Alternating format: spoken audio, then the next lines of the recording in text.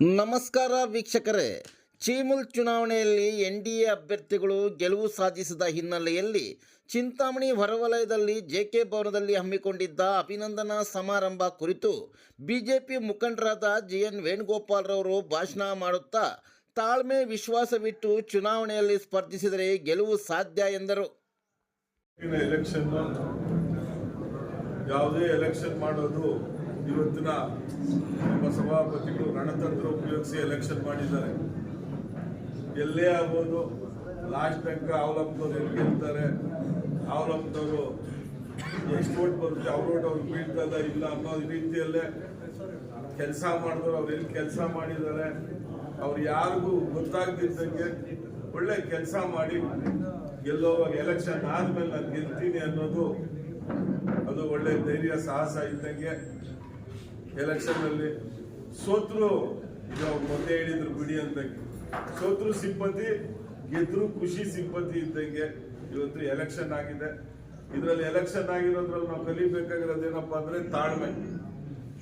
ತಾಳ್ಮೆ ಇದ್ದು ವಿಶ್ವಾಸ ತಗೊಂಡು ನಾವೆಲ್ಲರ ಜೊತೆ ನಡೆದಾಗ ಜಯ ನಮ್ಗೆ ಗ್ಯಾರಂಟಿ ಸಿಗುತ್ತೆ. ಎನ್ಡಿಎ ಜಯ ಗಳಿಸುವಂತದ್ದು ಭ್ರಷ್ಟ ಸರ್ಕಾರ ಕೊಡೋದಕ್ಕೆ ₹1 ದುಡ್ಡಿಲ್ಲ, ಒಂದು ಕೆಲಸ ಮಾಡೋದಕ್ಕೆ ದುಡ್ಡಿಲ್ಲ. ಇವತ್ತು ಚಿಂತಾಮಣಿ ತಾಲೂಕಲ್ಲಿ ಹಿಂದೆ ಕೃಷ್ಣಾರೆಡ್ಡಿ ಅವರು ಏನ್ ತಂದಿದ್ರು ಅದೇ ಕೆಲಸಗಳೇ 2 ವರ್ಷದಿಂದ ಆಗ್ತಾ ಇರೋ ಕೆಲಸಗಳು 2-3 ವರ್ಷದಿಂದ ಇವತ್ತು ಹೆಸರು ಮಾತ್ರ ಅವ್ರದ್ದು. ಅದು ಅವ್ರು ಮಾಡಿಸಿರೋ ಕೆಲಸ, ಅವ್ರು ಏನೇನ್ ಕೆಲಸಗಳು ಮಂಜೂರು ಮಾಡಿಸಿದ್ದಾರೆ ಅವ್ರ ಹತ್ರ ಇನ್ನ 10%, ಅವ್ರು 5% ಕೇಳಿದವರಲ್ಲ. ಎನ್ಡಿಎ ಸರ್ಕಾರದ ಮೇಲೆ 40% ಭ್ರಷ್ಟಾಚಾರ ಅಂತದ್ದು. ಇವತ್ತು ಅವರು 20% ಇಸ್ಕೊಂಡು ಅದೇ ಕೆಲಸಗಳು ಮುಂದುವರಿಸಿದ್ದಾರೆ.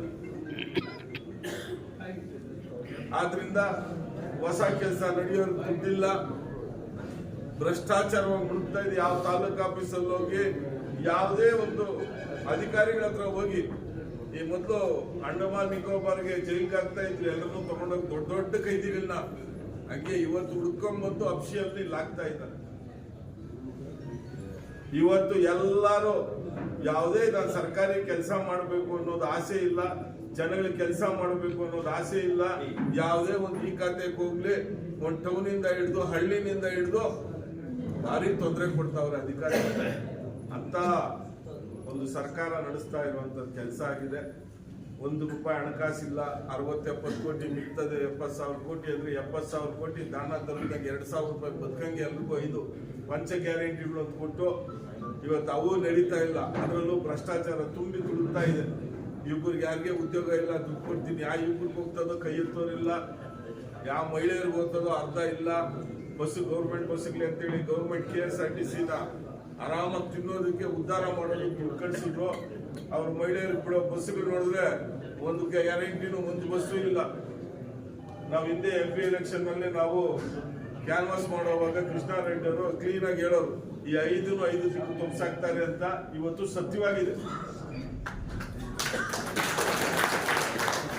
ಬಸ್ಸುಗಳು ಡಬ್ಬಾ ಬಸ್ಸುಗಳು ಹಾಕಿ ಮಹಿಳೆಯರು ಸುಮ್ಮನೆ ಹೆಸರು ಕಾಣ್ತಾರೆ. ಆ ಡಬ್ಬಾ ಬಸ್ಸುಗಳೇ ಕೊಡ್ತಾ ಇದ್ದಾವೆ, ಯುವಕರು ದುಡ್ಡು ಕೊಡಲ್ಲ. ಗ್ಯಾರಂಟಿಗಳು, ಪಂಚ ಗ್ಯಾರಂಟಿಗಳು. ಈ ಅಕ್ಕಿ ಈ ತಿಂಗಳಿಲ್ಲ, ನೀವು ಪೇಪರ್ ಯಾವ್ದನ್ನ ನೋಡ್ಬೋದು, ನೀವು ದುಡ್ಡೇ ಕೊಟ್ಟಿಲ್ಲ, ಸರ್ಕಾರದಾಗ ಐತೆ ಅಂತಾರೆ ಮಿನಿಸ್ಟರ್ ದುಡ್ಡು. 2,000 3 ತಿಂಗಳಾದ್ರೂ ಇಲ್ಲ, 6 ತಿಂಗಳಾದ್ರೂ ಇಲ್ಲ, ಆಮೇಲೆ 2,000 ಹಾಕ್ತಾರೆ. ಇವ್ರಿಗೆ ಲೆಕ್ಕನೂ ಸಿಕ್ಕಲ್ಲ, ಬಡವ್ರ ಲೆಕ್ಕನೂ ಹೇಳಲ್ಲ.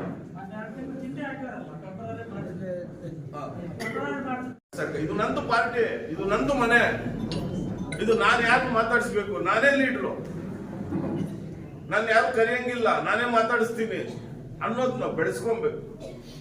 ನನ್ ಕರೆದಿಲ್ಲ ಅವ್ರೋದ್ರು, ನನ್ ಮಾಡಿಲ್ಲ ಇವ್ರು ಹೋದ್ರು, ನನ್ ಕೇಳಿಲ್ಲ. ಒಬ್ಬನ್ ಕೇಳಿದ್ರು 100 ಜನ ಕೇಳಬೇಕು. ಈ ಸಿದ್ಧಾಂತ ಬೆಳೆಸ್ಕೊಂಡು ಒಗ್ಗಟ್ಟು ಎಲ್ಲಿ ಬೆಳೀತದೋ, ಒಗ್ಗಟ್ಟು ನಾವೆಲ್ಲಿ ಪ್ರದರ್ಶನ ಮಾಡ್ತೀವಿ, ಎಲ್ಲಿ ಬೆಳೀತದೆ ಪಕ್ಷ ಬೆಳೀತದೆ. ಪಕ್ಷ ಯಾವುದೇ ರೀತಿ ಹಾನಿ ಆಗಲ್ಲ. ಪಕ್ಷ ಬೆಳೆಸೋದು ನಮ್ಮ ಒಗ್ಗಟ್ಟು, ನಮ್ಮ ಧೈರ್ಯ, ನಮ್ಮಲ್ಲಿರುವಂತ ಅಹಂಕಾರ ಅವ್ರು ನಾವು ಬಿಟ್ಟು ಇದು ನಮ್ದು, ದೇವ್ರು ಎಲ್ಲರೂ ಮುಗ್ತೀರಾ, ಮನೆಯಲ್ಲಿದ್ದು ದೇವ್ರು ಮುಗ್ತೀರಾ, ಸೇಮ್ ಪಕ್ಷ. ನಾವ್ ಯಾವುದೇ ಪಕ್ಷದಲ್ಲಿ ಇರ್ಲಿ, ನಾವೇನ್ ಮಾಡ್ಬೇಕು ಕೆಲಸ, ನಮ್ಮ ನಾಯಕರು ಏನ್ ಮಾಡ್ಬೇಕು, ಅವ್ರವ್ರು ಮಾಡ್ತಾರೆ, ನಮ್ ಕೆಲಸ ಏನ್ ಮಾಡ್ಬೇಕು ಅನ್ನೋದ್ರ ಮೇಲೆ ನಾವು ಒಗ್ಗಟ್ಟಾಗಿ ಹೋದಾಗ ಒಂದು ತಂತ್ರ ರೂಪಿಸ್ಕೊಂಡಾಗ ಎಲೆಕ್ಷನ್ಗೆ ಏನ್ ಮಾಡ್ಬೇಕು, ನಾವು ಎಲೆಕ್ಷನ್ ಗೆದ್ದೇ ಇರಲ್ಲ, ಎಲೆಕ್ಷನ್ ಕೆಲಸನೇ ಮಾಡಿರಲ್ಲ, ಅಲ್ಲೋಗಿ ನಾನು ಗೆದ್ದೆ, ನಾನು ಎಲೆಕ್ಷನ್ ಆಗೋಯ್ತು. ಅವ್ರು ಏನ್ ಮಾಡ್ತಾರೆ, ಬಂದು ಇಲ್ಲ ಬಾಧೆ ಇರ್ತಾರೆ, ಎಲ್ಲರಿಗೂ ಬಾಧೆ ಇರ್ತಾರೆ. ಈ ಎಲೆಕ್ಷನ್ ನಲ್ಲಿ ಅವಲಪ್ಪನವರು ಎಲ್ಲ ಹೊರಟಾಯ್ತು ಬಿಡಿ, ಅವರೇ ವಿರೋಧ ಪಕ್ಷದವ್ರು ಸುಮ್ಮನೆ ಆಗೋದ್ರು. ಅವಲಪ್ಪನ ಗೆದ್ದ ಮೇಲೆ ಅವರು ಈ ಎಲೆಕ್ಷನ್ ನಡೆದಿರೋಂಥದ್ದನ್ನ ತಿರ್ಗಾ ರಿಪೀಟ್ ಮಾಡ್ಕೊಂಡು ಮೀಟಿಂಗ್ ಮಾಡ್ತಾರೆ. ಅವಲಪ್ಪನವ್ರು ಹೆಂಗ್ ಗೆದ್ರು, ಯಾವ್ದಾಯ್ತು ಏನು ಅಂತ ನನಗೆ ಮಹಾತ್ಮರು ಬೈಕಾಕಿ ಅವರು ಎಲ್ಲಾರು ಹೇಳಿದ್ರಂತೆ, ಎಲ್ಲಾರು ಬೈತಾವ್ರೆ. ಅವರಲ್ಲೇ 8 ಮತ ಕಿತ್ತಾಕ್ತೀರಿ, 13 ಮತ ಬರ್ಬೋದು ಅವ್ರಿಗ ಅಂತ ಹೇಳಿದ್ರಂತೆ. ಎಷ್ಟು ಇಷ್ಟು ಮತ ಹೊರಟೋಯ್ತು ನಮ್ದ್ರಲ್ಲಿ ಅಂತ ಹೇಳ್ಬಿಟ್ಟು ಅವರು ಬೈಕ್ ಇಕ್ಕಿದ್ರು. ಕೇಳಿಸ್ತಾ ಇದ್ರೆ ಅದೇ ರೀತಿ